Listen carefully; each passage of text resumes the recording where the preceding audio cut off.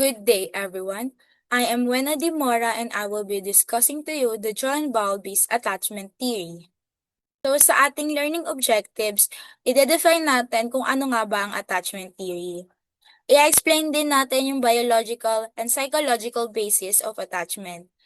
We will also identify key concepts like monotropy, secure base, internal working model, and critical period, and also the maternal deprivation. I-discuss din natin yung types of attachment at yung mga effects nito. We will also discuss Ainsworth's contribution and four types of attachment according sa kanya. And last, we will analyze the application of attachment in parenting and education. But before that, sino muna si John Bowlby? John Bowlby is a British developmental psychologist and psychiatrist.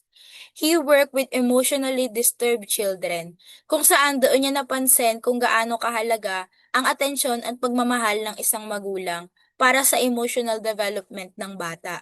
Pinag-aralan din niya yung epekto ng separation after World War II ng bata at ng magulang. Kaya dito napansin niya na mas natatakot, nalulungkot ang mga bata at hindi agad nagtitiwala sa mga nakakasalamuha nito. Siya din ay kinilalang father of attachment theory. Attachment theory. Ang attachment theory daw ay yun yung nagbibigay ng deep emotional bond between a child and a caregiver, kung saan nagbibigay ito ng safety, comfort, and love at tumutulong upang magkaroon ng tiwala at magkaroon ng magandang relasyon sa iba. Naniniwala din si Bowlby na ang attachment ay biological o natural na sa atin kasi dito nakakatulong ito sa buhay at kaligtasan ng isang bata. The more na nararamdaman ng bata na siya ay ligtas at protektado, the more na nagiging matapang siya at kumpiyansa upang mag-explore at matuto confidently. So, dito naman tayo sa biological and psychological basis of attachment. Sa biological basis, sabi ni Bowlby na ang attachment daw ay natural na or likas na sa mga bata. Like for example, ang babies ay nagkakaroon na ng instinct na umiyak na lang o tumawa para magkaroon ng atensyon sa kanilang mga caregivers. Dito, nakatutulong din upang maging close at maging ligtas ang bata at mas nakakatulong din ito upang mabuhay pa ng matagal ang isang bata. Sa psychological basis naman, ang attachment daw ang nagbibigay ng emotional security.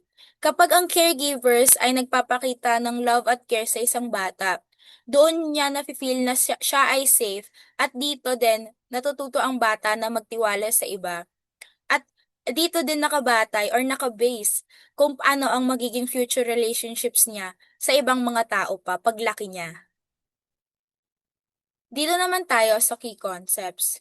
Ang una ay ang monotrophy. Ang ibig sabihin ng monotrophy ay ito yung nagbibigay ng sense of security at trust sa bata. Like for example, kapag umalis ang isang mommy, umiiyak na ang baby kapag may ibang nag-aalaga dito. Pero kapag bumalik yung mommy, doon ulit siya tumitigil lang sa pag-iyak kasi mas close niya ang mommy. Sa internal working model naman, dito na natututunan ng bata kung mahalaga ba siya or mapagkakatiwalaan ba ang iba. At dito rin nagiging batayan yung mga future relationships ng isang bata. Dito rin nakaka-apekto sa future relationships niya. Okay, 1, 2. Sa internal working model naman, dito natututunan ng bata kung mahalaga ba siya or mapagkakatiwalaan ba yung iba. Kasi dito ito yung nakakaapekto sa future relationships niya, paglaki niya. Yung number 3 is a critical period. Dito, sa critical period, yung first 2 years of life, yung pinaka-importante na mag-form ng attachment. Kapag walang bond na na-form, yun yung nagkokos ng problems paglaki ng isang bata. Like for example, kapag napapabayaan ng nanay or ng caregiver ang isang bata, doon siya mas nagiging distant or doon niya ina-avoid yung closeness pagdating niya sa paglaki niya. Dito naman tayo sa secure base. Kapag alam ng bata or confident yung bata na safe siya, ligtas siya, naaalagaan siya ng maayos, doon siya mas nagiging matapang na mag-explore ng mga bagay-bagay, matuto ng mga bagay-bagay. Pero kapag sila ay natatakot, bumabalik ulit sila sa kanilang caregiver para manghingi ng comfort. Lastly, yung maternal deprivation. Dito naman sa maternal deprivation, kapag ang parent at ang mother at ang child ay matagal na nawalay sa isa't isa, pwede itong magkaroon ng emotional harm. At dito, makakaapekto ito sa bata at magkakaroon siya ng anxiety, ng trust issues, or di kaya naman ay may hirapan siyang makirelate sa iba. Dito naman tayo sa stages of attachment. Yung number one is ang pre-attachment stage, 0 to 6 weeks. Dito, wala pang nabubuong attachment kahit na sino. Yung baby ay nagkakaroon lang ng instinct na umiyak or tumawa para lang magkaroon ng atensyon sa kahit na sino, hindi lang sa parents. Sa number two, ito na yung attachment in the making, 6 weeks to 6 months. Dito na yung mare-recognize na ng baby yung mga main caregivers niya at mas nagiging comfortable na siya at nagiging kalma kapag nasa pamilyar siyang tao. Dito sa stage na to ay clear-cut attachment with 6 months to 2 years old.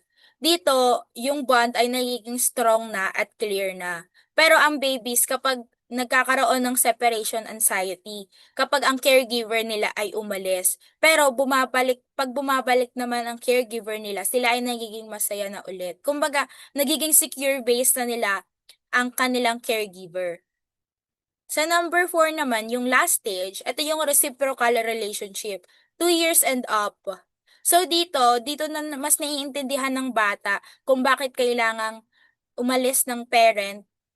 Like kunwari pumunta ng work, ganyan, or may bibilin sa palengke, kailangan silang iwan. Yun na yung ibig sabihin ng reciprocal relationship. And yung attachment dito, nagiging two-way na. Nagbibigay na rin yung bata ng love and comfort sa kanilang mga magulang. So, dito naman tayo kay Mary Ainsworth. Si Mary Ainsworth ay isang developmental psychologist from the United States. Siya din daw ay student and research partner ni John Bowlby's. Hinelp din niya si John Bowlby's doon sa attachment theory through real-life observation and research.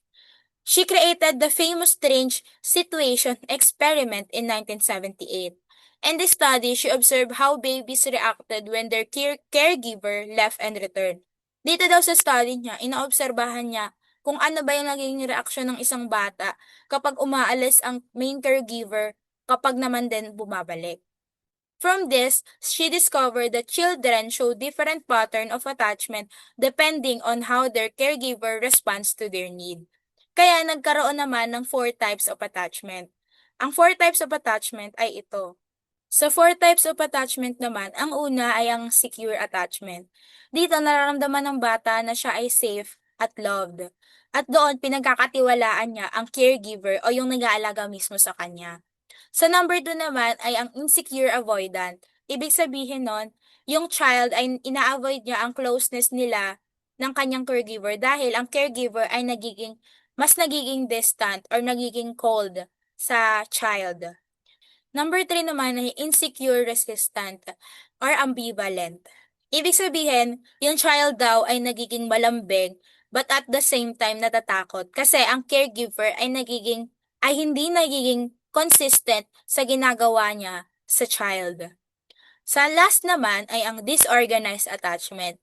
Dito, nagiging confused ang isang bata at natatakot dahil ang caregiver pwedeng nagiging abusive or nagiging masama sa bata.